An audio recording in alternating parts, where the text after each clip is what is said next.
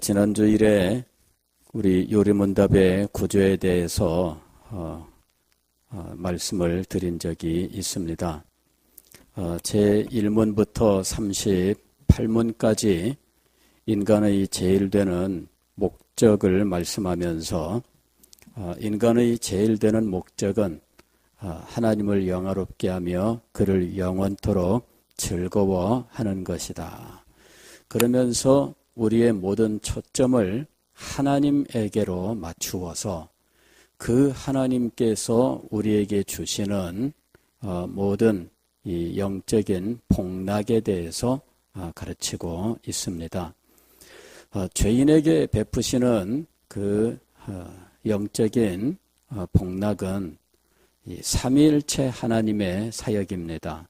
그래서 1문부터 38문까지는 성부에 대해서, 성자에 대해서, 성령에 대해서 각각 성부의 사역, 성자의 사역, 성령의 사역을 중심으로 해서 인간에게 주시는, 특별히 죄인에게 베푸시는 생명의 구원, 그 유익과 복에 대해서 말씀을 했습니다. 이렇게 복을 주신 그 하나님이 우리의 삶의 목적이며 우리의 행복이다라고 하는 것이 제 1문부터 38문까지의 핵심이었습니다.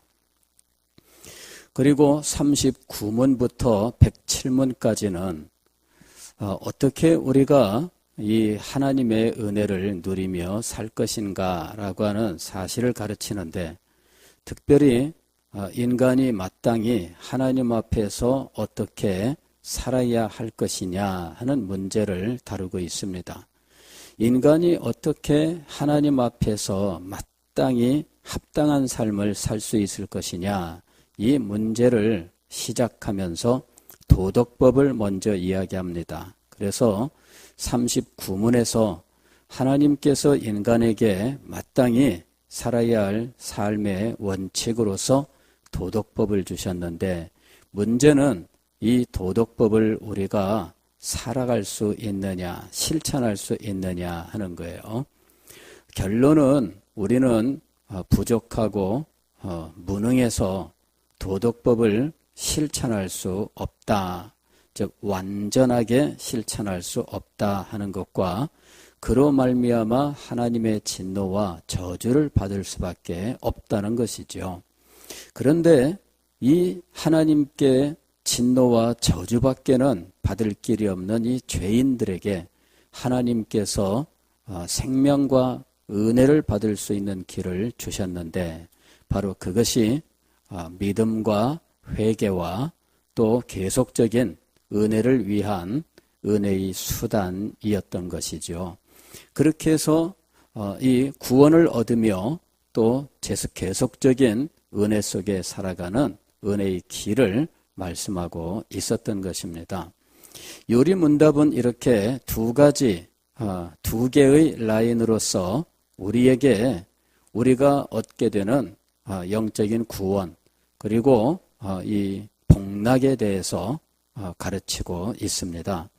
1문부터 38문까지에서는 우리의 영적 복락을 위한 하나님의 사역을 말씀하고 있다면, 39문부터 107문까지는 영적 복락을 위한 우리들이 해야 될 일들에 대해서 말씀하고 있는 것입니다. 하나님께서 우리의 구원을 위하여 우리에게 영적인 축복을 예비하시고 역사하셨다면 우리가 그것을 어떻게 받아 누려야 되느냐 하는 거예요. 이렇게 두 개의 라인, 즉 하나님 편에서, 또 두 번째로는 우리 편에서, 물론 두 개가 다 하나님께로부터 오는 것은 틀림이 없습니다. 즉 39문부터 107문까지 우리들이 마땅히 어떻게 살아야 할 것이냐, 이 문제를 말씀할 때에도 분명한 것은 우리들은 무능하며 전적으로 하나님께로부터 그 영광스러운 삶이 주어지고 있다라고 하는 거예요. 그러나 39문부터 107문까지는 하나님께서 우리에게 그것을 누리기 위한 방편을 허락해 주셨던 겁니다. 이렇게 해라 하는 것이죠. 그래서 이 39문부터 107문까지는 우리들이 어떻게 해야 하나님께서 주시는 구원을 얻으며 또 영적인 유익을 받아 살 수 있느냐 하는 문제를 다루고 있는 거예요. 제가 이제 이 요리문답을 자세히 들여다보면서 오늘날 우리들이 배우는 것과는 참 많이 다르다 하는 것을 발견했습니다. 즉 우리들이 구원을 얻는 이 구원의 서정, 구원이 우리에게 어떤 순서로 일어나느냐, 이 구원의 서정을 통해서 우리에게 구원론을 가르치고 있는데, 우리가 배웠던 구원의 서정은 9단계의 순서를 가진 일련의 영적 유익들이었습니다. 첫 번째 오는 것은 소명입니다. 하나님의 부르심이죠. 이 하나님의 부르심은 외적 부르심과 내적 부르심이 있는데, 외적 부르심은 복음 전도 혹은 어떤 삶의 계기 같은 것들이라면, 내적 부르심은 우리 속에서 효과적인 구원을 일으키는 성령의 역사, 즉 효과적인 소명이라고 부릅니다. 그리고 이렇게 효과적인 부르심을 통해서 우리의 영혼이 중생하게 되는데, 이 중생한 영혼은 죄를 회개하며 예수 그리스도를 자신의 구주로 영접하게 됩니다. 그리고 믿은 자는 칭의, 즉 의롭다 하심을 받으며 또 양자됨, 하나님의 자녀가 되며, 그리고 거룩한 삶, 성화의 삶을 살게 되는데, 성령께서 그에게 계속적으로 역사하셔서 은혜에서 떨어지지 않는 삶을 살게 하십니다. 이것을 우리는 성도의 견인이라고 불러요. 마침내 우리는 육신을 벗게 되는데 그때를 우리는 영화라고 부릅니다. 그래서 궁극적으로는 우리가 죄를 벗고 영광스럽게 되는 마지막 단계로 들어가게 되는 것이죠. 지상에 살고 있는 우리는 믿는 자는 이미 양자됨까지는 이미 일어난 것으로 이야기를 합니다. 그래서 소명, 중생, 회개, 믿음, 칭의, 양자됨, 여기까지는 이미 이루어진 과거의 것이 되어버렸고, 현재 우리는 성화의 삶을 살며, 그리고 성도의 견인이라고 하는 계속되는 은혜 속에서 살게 되고요. 장차 우리에게 영화가 남아있다, 이제 이렇게 배우는 거예요. 그런데 이런 그 개혁주의의 구원의 서정이라고 하는 구원론은 우리에게 일어나는 일들을 잘 정리해서 통합적으로 우리에게 제시하는 강점은 가지고 있지만, 그러나 이 문제는 뭐냐면은 우리에게 일어나는 이 구원을 조금 더 우리에게 적용하는 면에 있어서는 이제 약점을 가지고 있더라 하는 것이죠. 왜냐하면은 이 9단계의 구원의 서정에는 순수하게 성령의 역사만으로 이루어진 부분이 있고, 혹은 우리의 성령의 역사와 우리들의 의식적인 어떤 그 의지의 노력, 이제 이런 것들이 함께하는 일들도 함께 섞여 있다는 거예요. 가령 이 소명이라든지 중생, 그리고 칭의와 양자됨, 영화, 이런 부분들은 순수하게 성령의 역사예요. 그런데 회개, 믿음, 성화, 이 부분은, 그 다음에 이 성도의 견인, 이런 부분들은 순수한 성령의 역사가 아니라 우리들의 결단, 우리들의 의지, 우리들의 순종과 실천, 이런 것들이 함께 하고 있다는 거예요. 그래서 이 부분이 섞여 있기 때문에 우리가 어떤 권면과 그 다음에 교육에 있어서 이 부분이 혼동을 일으키면서 약점을 가질 수밖에 없다는 거예요.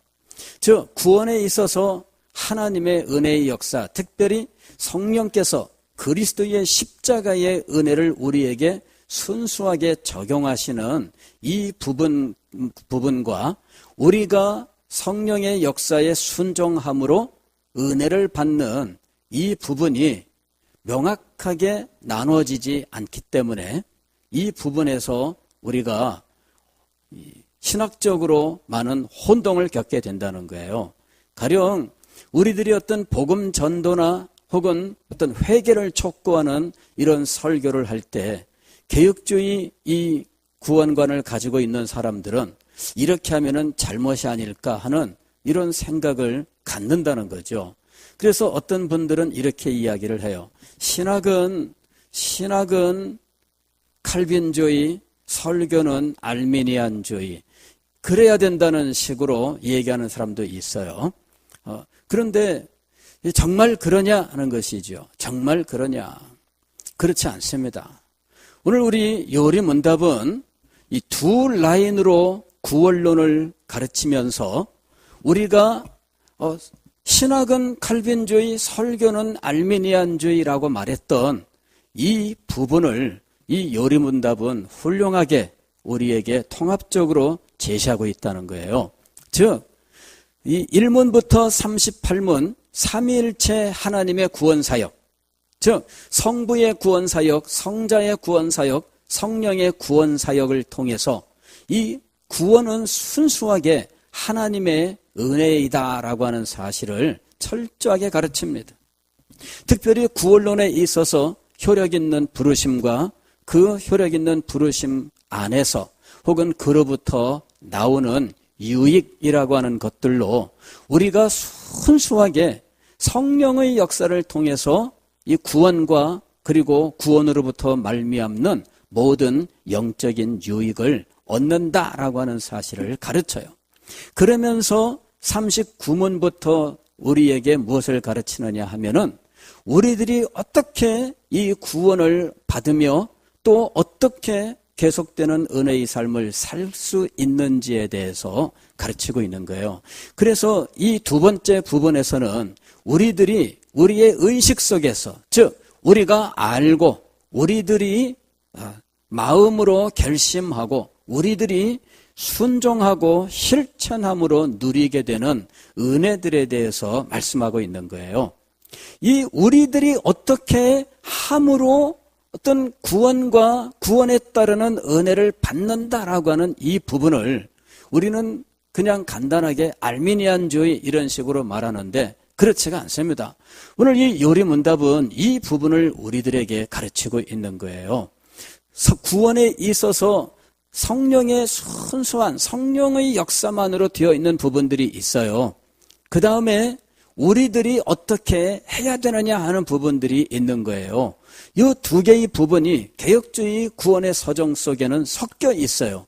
그런데 요리문답은 이 부분을 둘로 나누어서 제시하고 있다는 거죠.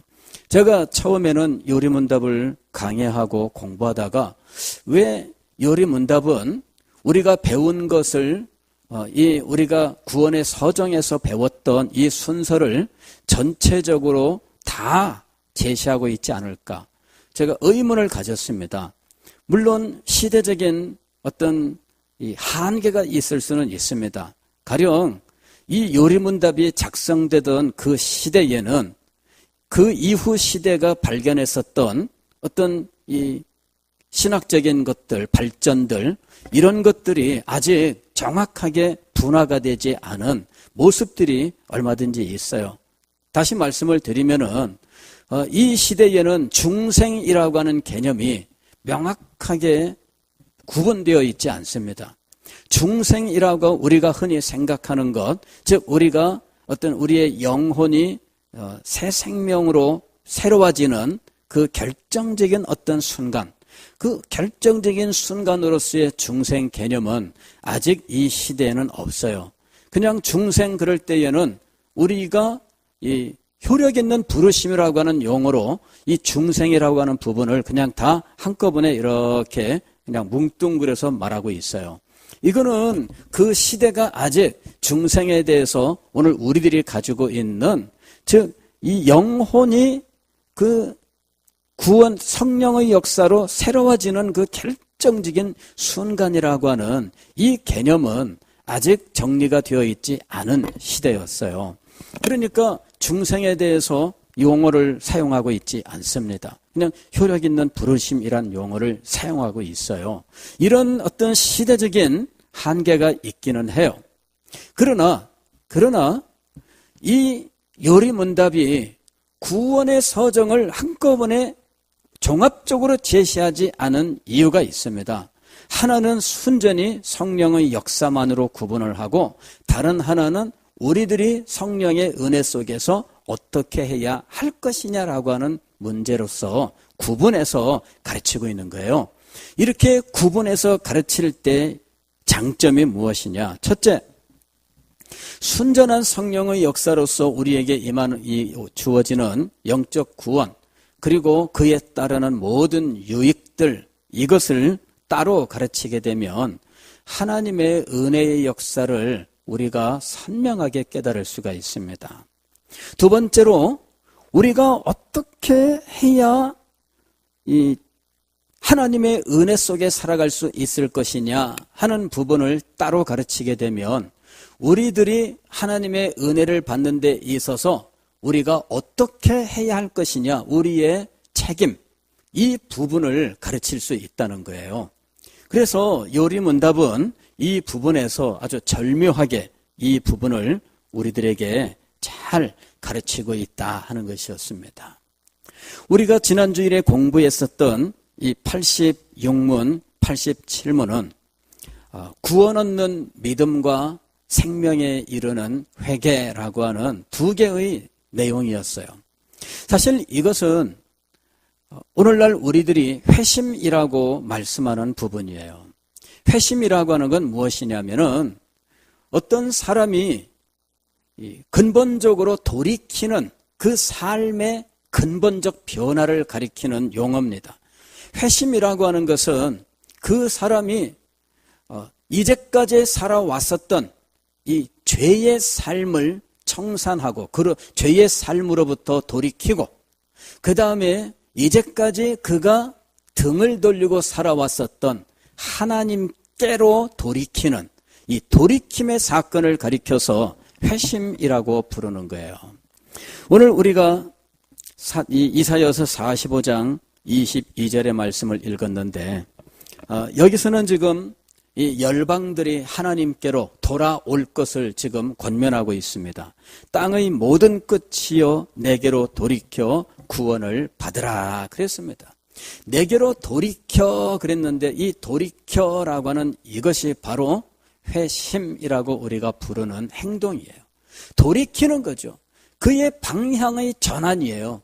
이 방향의 전환은 죄로부터의 방향 전환, 그리하여 하나님을 향하는 방향 전환을 의미하는 거죠.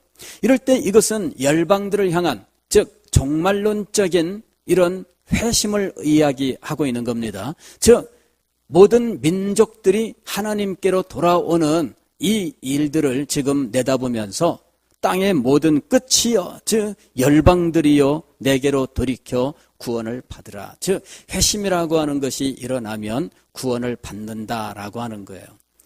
이 회심은 어떤 민족적으로도 일어나고 혹은 개인적으로도 일어나는데, 우리들은 이 개인적 회심에 대해서는 많이 알고 있어요. 그리고 우리들이 주로 관심을 가진 것이 이 개인적인 회심이죠. 그런데 선교사들의 경우에는 이 민족적 회심에 관심을 갖는 거죠. 그 나라와 민족이 하나님께로 돌아오는 것, 바로 이것을 이제 관심을 갖고 그 일을 위해서 사역을 하는 거예요. 그런데 선교사들은 그들의 궁극적인 목적은 민족적 회심 혹은 그 나라의 회심을 목적으로 하고 있지만, 그러나 그들이 그 사역을 할 때에는 언제나 초점은 개인이 하나님께로 돌아오는 이 개인적 회심이 그의 직접적인 이 사역이 되는 것이에요. 그리고 오늘날 우리 국내에 있는 우리들도 마찬가지예요.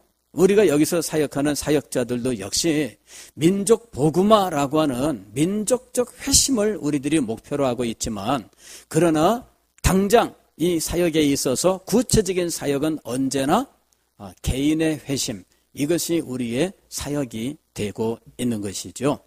그런데 이 회심이 일어나는 것, 이것이 구원이 일어나는 것과 동일한 용어로 우리가 사용하고 있는 거예요.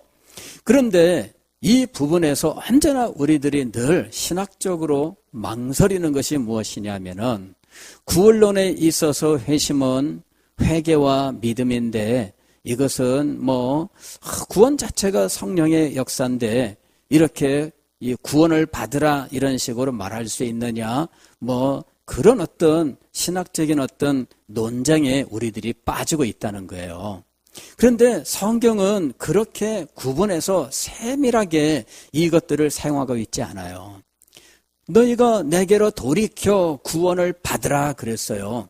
그럴 때 이 돌이켜라고 하는 이 행위가 우리가 생각하는 중생 이후의 회개와 믿음이냐? 그렇다면은 구원을 받으라 이런 말은 할 수가 없어요. 왜냐하면은 구원받은 자가 돌이키는 것이기 때문이거든요. 그래서 이 부분에 있어서 너무 현미경을 들이대면서 우리는 이런 말을 쓸 수 있냐 없냐 이렇게 너무 소극적으로 할 이유가 하나도 없다는 거예요. 성경은 자신 있게 돌이켜라는 말을 쓰고 있습니다. 어떤 사람의 삶이 이제까지 살던 삶을 청산하고 새롭게 된다면, 즉 그가 자신의 죄악된 삶을 청산하고 예수 그리스도를 믿고 하나님을 향하는 이러한 삶의 결단을 이루었다면 우리는 그것을 돌이킴이라고 말할 수 있다는 거예요. 그렇게 돌이킨 이 사람, 이 돌이키는 이 행위는 우리가 그에게 선포할 수 있고 촉구할 수 있고 권면할 수 있는 행동이에요. 왜냐하면 이것은 우리의 의식 속에서 우리의 결단을 통해서 일어나는 부분들이거든요. 그러나 이런 일들의 깊은 내면 속에서 그의 영혼 속에서 일어나고 있는 일에는 하나님의 은혜, 성령의 은혜로운 역사가 있다라고 하는 것이죠. 그래서 성령의 은혜로운 역사가 그의 영혼 속에서 내밀하게 역사하고 있되, 언제나 이 돌이킴의 순간에는 이러한 말씀의 선포와 그리고 가르침과 권면과 그리고 강력한 촉구가 있다라고 하는 거예요. 요것이 일어나는 이 시점, 이것이 바로 기회가 되는 거죠. 기회. 이것이 바로 카이로스입니다. 카이로스. 즉 성령의 역사와 이 외적인 촉구와 권면, 이것이 함께 있으면서 우리의 마음속에서, 그래 내가 이제까지 잘못 살아온 거야. 내가 이제부터 이 죄악된 삶을 버리고 이제부터 내가 무절제하게 살던 삶을 버리고 이제까지 나만을 위해 살던 삶을 청산하고 오직 하나님을 사모하며 예수 그리스도만을 붙들고 살아가야 돼. 이러한 결단이 일어나는 거죠. 그럴 때 이것은 성령의 내면적인 역사와 더불어서 외적인 부르심과 그리고 내 마음의 움직임이 함께 일어나고 있는 이 기회의 순간이라는 거예요. 이러한 것들을 우리들이 너무 두려워하고 있다는 것이지요. 두려워할 필요가 전혀 없습니다. 이 이사야서 45장 22절의 말씀은 역사적으로 중요한 성경 구절로 사용이 되었어요. 19세기의 유명한 설교자 스펄전이 17살 때 구원에 대하여 여러 가지로 고민을 하고 있던 차에 어느 날 아주 의기소침한 상황에서 눈 내리는 겨울 이 주일 아침에 이제 터벅터벅 걸어서 교회를 가던 중이었어요. 그러다가 그의 눈에 자그마한 시골 교회가 눈에 띄인 겁니다. 그 교회에 문득 마음이 움직여서 들어갔는데 사람들은 몇 명이 없었어요. 한 12명 정도 앉아 있었다고 합니다. 그런데 설교자가 예배 인도를 하고 설교를 하는데 이 사람은 목사가 아니었어요. 그런 작은 교회에서 목사를 청빙할 수가 없죠. 그래서 평신도가 이제 설교자 자격을 얻어서 설교를 하는데, 이 사람은 무슨 전문적인 신학을 공부한 사람도 아니에요. 또 학식이 높은 사람도 아니었습니다. 그런데 허름한 옷을 입고 이제 올라와서 설교하던 이 사람이 그 주일 설교 본문으로 선택한 것이 바로 이 이사야서 45장 22절의 말씀이었던 거죠. 내게로 돌이켜 구원을 받으라. 내게로 돌이켜 구원을 받으라. 이 말씀을 가지고 설교를 했어요. 그러면서 낯선 청년이 굉장히 의기소침한 표정으로 앉아 있으니까 이 청년을 향해서 이 설교자가 도전을 한 거예요.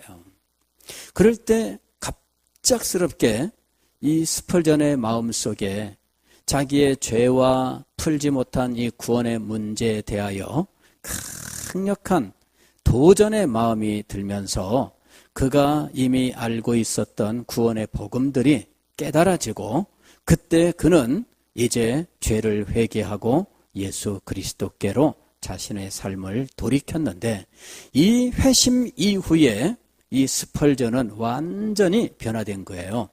그리고 그 후로 2년 후에 그는 이제 설교자가 되어서 복음을 전하기 시작을 했는데, 그가 죽을 때까지 그는 이미 그 19세 때에 그의 설교가 완성이 되었다 할 정도로 그는 이미 이 메시지가 아주 탁월하게 정리가 되어 있었던 것이죠. 자, 이 스펄전은 지금 고민 가운데 있었어요. 복음에 대해서 이미 모든 지식을 알고 있어요. 그렇지만은 자신의 삶과 그리스도께로 돌이킴에 대해서 그는 그 명확한 기준을 갖지 못하고 그런 순간을 얻지 못하고 있었습니다. 그런데 그가 어느 날 교회를 가다가 들렀던 작은 시골 교회에서 무슨 탁월한 학식을 가진, 그리고 무슨 명성 높은 설교자가 아닌데 초라한 그 교당에서 평신도 설교자의 설교를 듣고, 그리고 이 설교자가 이 젊은이를 향해서 젊은이여 고민하지 말고 예수 그리스도를 바라보라, 그 말씀을 듣고 그는 돌이키게 된 거예요. 이것이 스펄전의 회심이에요. 회심이라고 하는 것은 성령의 은혜로운 사역이지만 동시에 우리의 마음속에서 일어나는 사건이에요. 분명히 우리들이 알 수 있어요. 그리고 우리들의 마음속에 명백한 지적인 깨달음, 그리고 우리의 마음속에서 분명한 어떤 정서적, 즉 슬픔과 혹은 뉘우침과 괴로움과 혹은 그리스도를 소망하는 의지하는 이 의탁하는 것과 이러한 마음의 움직임과 결단이 있다는 것이죠. 그래서 이런 일들을 통해서 그는 이제까지 우유부단하고 해결하지 못하여 고민하던 과거의 마음들을 다 버리고 오직 그리스도만을 바라보는 사람으로 변화가 되었는데, 그때부터 그의 삶은 완전히 새로운 삶이 된 거예요. 이것이 바로 회심이라고 부르는 겁니다. 회심이라고 하는 것은 회개와는 달라요. 회개라고 하는 것은 회심이라고 하는 것의 한 면입니다. 동전에는 항상 무엇이 있다 그랬어요? 양면이 있다 그랬습니다. 이 회심이라고 하는 것은 양면을 가지고 있는데, 하나는 자신의 죄를 회개하는 거예요. 회개. 또 하나는 그리스도를 믿고 의지하는 거예요. 이 두 가지가 회심을 이루고 있습니다. 그래서 그의 삶이 새로워지는 것이죠.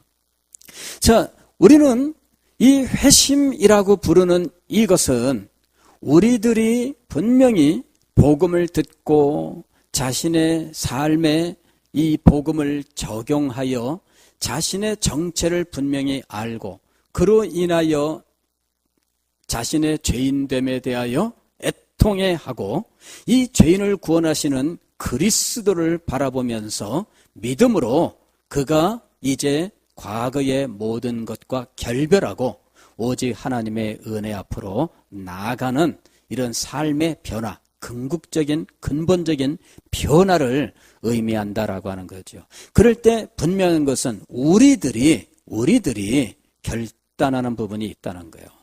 우리에게 일어난 깨달음, 우리에게 일어난 이 마음의 변화, 그리고 우리들이 우리의 의지로서 결단하는 이 부분이 있다는 거예요. 회개에도 분명히 이것이 있고 믿음에도 분명히 이것이 있어요. 자, 우리가 지난 주일에 86문과 87문을 공부했는데요. 86문은 이렇게 되어 있습니다. 예수 그리스도를 믿는 믿음은 무엇입니까? 예수 그리스도를 믿는 믿음은 구원의 은혜인데 이로 말미암아 복음 안에서 우리에게 주신 대로 구원을 얻기 위하여 그를 영접하고 그만 의지하는 것이다. 구원의 은혜인데 그랬어요. 구원의 은혜라고 하면은 이것은 우리에게 그냥 값없이 주어지는 거예요. 그런데 이 부분에 대한 설명은 값없이 주시는 것이 아니라 우리들이 어떻게 한다라고 하는 것으로 설명하고 있어요. 이로 말미암아 복음 안에서 우리에게 주신 대로 구원을 얻기 위하여 그를 영접하고 그만 의지하는 것이다. 즉 구원의 은혜인데 즉 값없이 주어지는 것인데 그리스도만을 의지하고 영접하는 것입니다. 이렇게 설명해요. 즉 우리의 마음속에서 일어나고 있는 일이에요. 그 다음에 이 생명에 이르는 회개에 대해서 87문은 이렇게 설명합니다.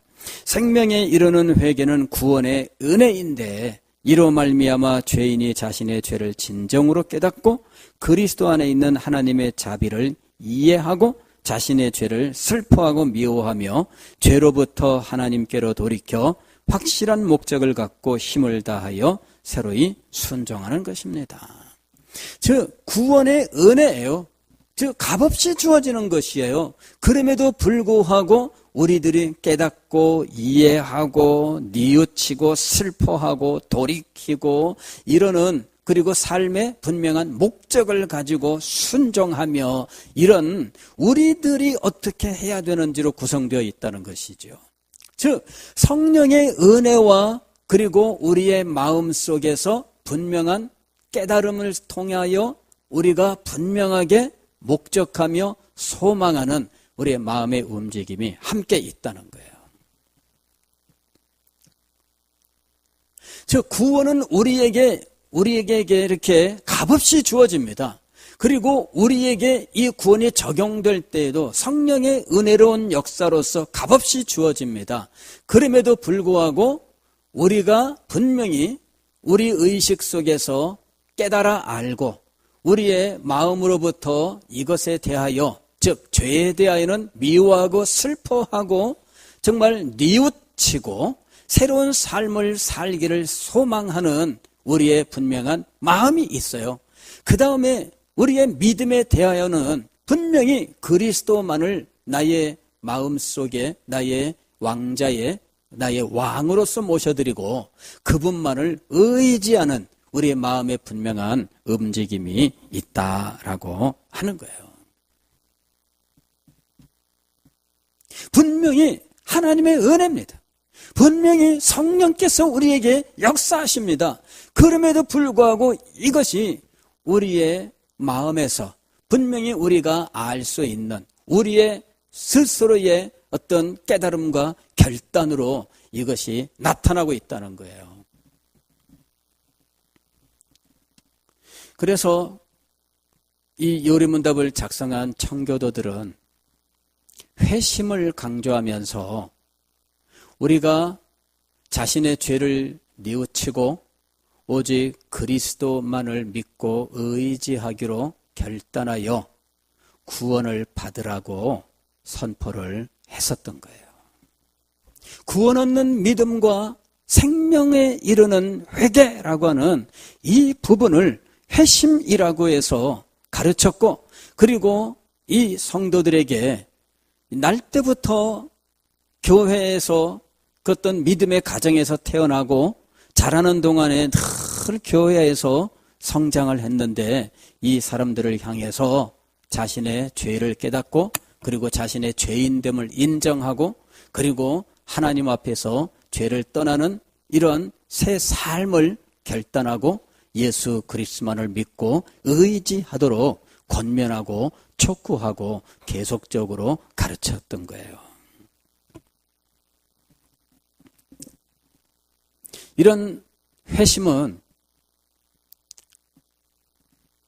평생 동안 단 한 번 일어나는 일인가 아니면은 반복될 수 있는 것인가? 중생 다음에 회개와 믿음을 가르친다면 평생 한 번만 일어납니다. 그러나 우리들이 살다 보면 다시 죄를 짓고 영적인 침체 가운데로 들어가는 것을 볼 때 그로부터 회복할 것에 대한 성경의 말씀들, 권면의 말씀들을 볼 때 이러한 회복의 메시지로서는 돌이킴, 즉 회심이라고 하는 이것은 반복된다라고 하는 거예요. 자, 한번 보겠습니다. 요한계시록 2장입니다.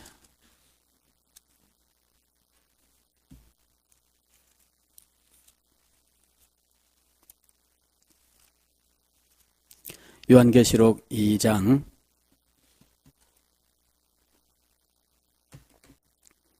4절과 5절입니다. 4절과 5절. 그러나 너를 책망할 것이 있나니 너의 처음 사랑을 버렸느니라. 그러므로 어디서 떨어졌는지를 생각하고 회개하여 처음 행위를 가지라. 만일 그리하지 아니하고 회개하지 아니하면 내가 네게 가서 내 촛대를 그 자리에서 옮기리라. 에베소 교회를 향해 선포하신 말씀이에요. 예수님께서 사도 요한에게 7교회의 사자에게 편지하라 말씀하셨고 사도 요한이 에베소 교회 사자에게 편지를 했는데 그 교회의 에베소 교회의 사자는 그 교회를 향하여 메시지를 선포해야 했습니다. 그런데 여기 메시지를 보면은 너희가 처음 사랑을 버렸다. 그러므로 너희가 어디서 떨어졌는지 살펴보고 회개하여 처음 행위를 가지라 하고 말씀해요. 이게 바로 돌이킴이에요. 돌이킴. 처음 너희가 예수 그리스도를 믿고 자신의 모든 죄를 회개하면서 새롭게 살아왔었던 그 처음 회심하던 그 자리로 돌아가라 그 얘기예요. 처음 회심한 자리로 돌아가라. 즉 그가 죄에 빠지고 영적인 침체에 빠져 있을 때 그는 언제나 돌이켜야 한다 하는 거예요. 돌이켜야 한다. 즉 초신자로서 혹은 불신자로서 영적 구원을 위한 이 돌이킴은 평생에 한 번 일어나는 것입니다. 그러나 이 한 번 일어나는 이 회심의 상태로 돌아가는 일들은 평생 동안에 반복되어야 합니다. 그때의 그 상태로 돌아가야 돼요. 그때의 그 마음으로 돌아가야 돼요. 여러분들이 복음을 깨닫던 그때, 여러분이 복음 안에서 자신의 죄인됨을 깨닫고 자신의 절망된 이 모습을 알게 되던 그때로, 그리하여 자신의 죄와 그리고 하나님 앞에서 진노와 저주 아래 있는 이 원수되었던 자기의 모습을 발견하고 하나님 앞에서 좌절하고 절망하면서 자신의 죄와 자신의 이 절망적인 상태를 슬퍼하면서 자신의 죄를 뉘우치고 어떻게 하면 이 죄를 떠날 수 있을까 하나님 앞에서 눈물을 흘려 회개하던 그 처음의 상태로 돌이켜야 된다는 거예요. 언제나 이 처음이 있어야 돼요. 이 처음이 있고 그리고 우리는 어느 곳에 이르렀든지 이 처음의 이 회심의 곳으로 돌아갈 수 있어야 된다는 거예요.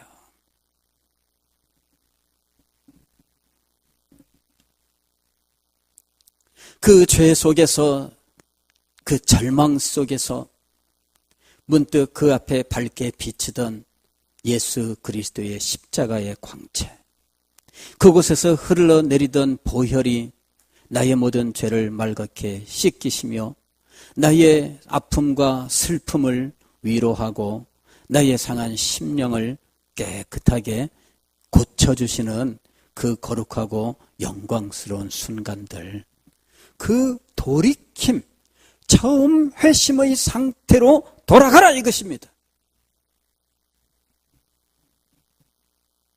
그래야 우리가 늘 하나님의 은혜 속에서 살 수 있는 거예요. 그 처음 돌이킴이 있고, 그리고 우리는 그 처음의 돌이킴으로 계속 돌아갈 수 있어야 되는 거예요. 그런데 이 처음에 돌이킴이 없다면 돌아갈 곳도 없는 거죠. 그게 문제입니다. 그래서 우리가 이 처음 돌이킴이 있느냐를 확인하는 거예요. 처음 돌이킴이 있습니까? 처음 돌이킴이 없다면 이 처음 돌이킴이 있어야 돼요. 즉 첫 번째 회심이 있어야 돼요. 이것이 첫사랑입니다. 너희가 처음 사랑을 버렸느니라. 처음 사랑이 있었어요. 그런데 문제는 뭐냐면은 이 처음 사랑으로 돌아가지 않는 것이죠. 항상 확인해야 될 것은 우리에게 처음 사랑이라고 부르는 이 첫 번째 회심이 있느냐 하는 것이에요.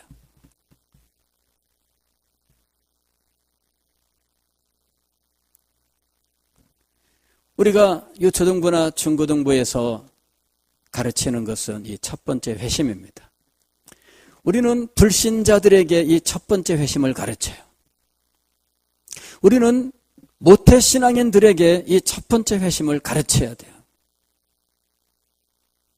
그런데 오래된 신자들에게는 첫 번째 회심으로 돌아가는 것을 가르쳐야 돼요. 그리고 이 부분은 우리의 의식 속에서 우리의 마음의 결단으로 이루어지고 있기 때문에 항상 가르침과 더불어 권면과 촉구가 이루어져야 돼요.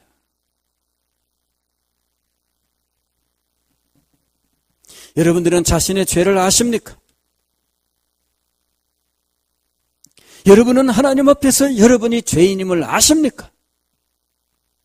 여러분들은 예수 그리스도 아니시면 멸망받을 죄인임을 아십니까? 여러분은 자신의 죄에 대하여 애통하십니까? 자신의 죄가 진정으로 나를 멸망으로 떨어뜨린다고 하는 그 절박함을 알고 계십니까? 처음으로 늘 돌아갈 수 있어야 돼. 그 처음으로 돌아가야 우리는 언제나 하나님의 은혜를 새롭게 회복하게 되는 거예요. 은혜의 회복은 처음으로 돌아가야 되는 거예요. 그래야만 회복이 일어나는 것입니다. 회복은 언제나 이렇게 돌아가는 거예요. 왜 우리의 영적인 회복은 회개로서 시작될까? 그것이 바로 이 원리 때문이에요. 처음 사랑으로 돌아가야 되기 때문이죠. 즉 처음 회심으로 돌아가야만 회복이 일어나기 때문이에요. 그래서 언제나 하나님의 은혜의 회복은 회개와 그리고 그로부터 일어나는 믿음과 더불어 일어나고 있는 거예요.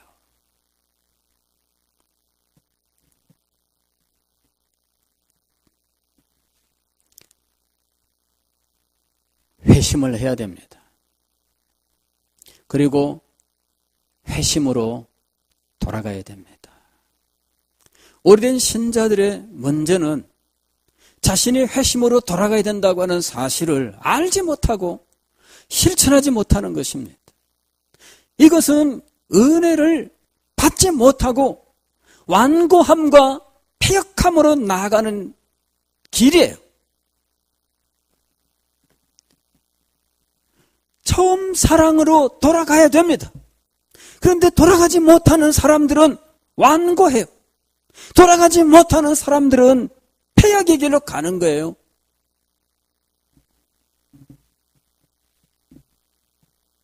요리문답은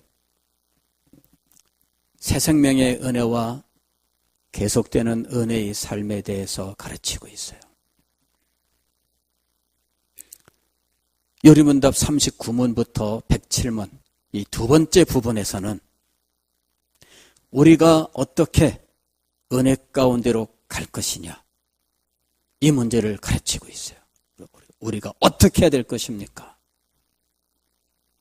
물론 성령의 은혜가 있어야 돼요. 그러나 우리가 어떻게 해야 될까요? 그 시작은 회개하며 예수 그리스도를 믿는 이 믿음으로 돌이키는 데 있는 거예요. 그렇게 되어야 우리에게서 새 생명이 시작되고 하나님의 은혜의 회복이 일어나는 것입니다. 기도하겠습니다.